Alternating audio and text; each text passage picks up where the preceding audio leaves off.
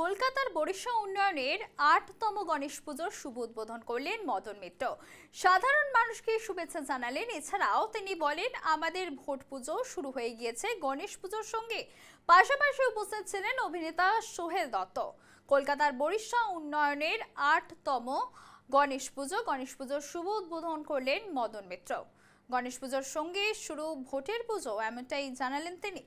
প্রতিবেদন তুলে ধরেছে আমাদের প্রতিনিধি অভিষেক সিংহ।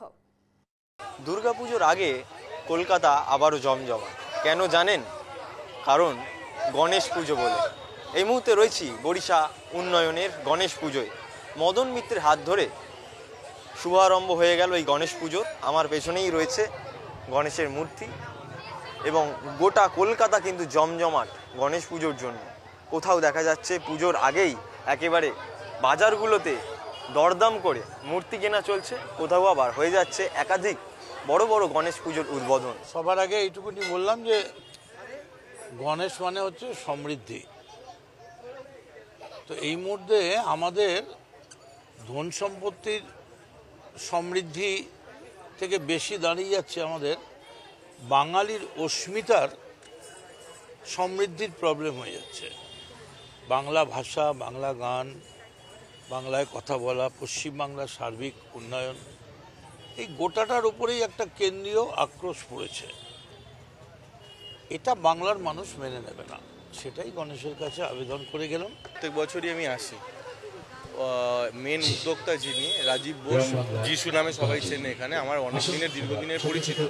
তো সে প্রত্যেক বছরই আমি আসি এবং যখন এটা স্টার্টিং হয়েছিল তখন থেকেই আমি ছিলাম। তো আমার জন্য নতুন কিছুটা নয় এবং এটা আমার সব থেকে ভালো লাগছে যে দিনে দিনে এত এটা বড় জায়গায় যাচ্ছে এবং আশেপাশে যেই জায়গাগুলোতে এটা আকর্ষণ করতে পেরেছে, এটা খুবই ভালো লাগছে। কারণ স্টার্টিং থেকেই তো ছিলাম এবং এত বাচ্চারা এসেছে, পারফর্ম করছে, ক্লাবের সবাই, তাদের ফ্যামিলি সবাই এখানে ইনভলভ।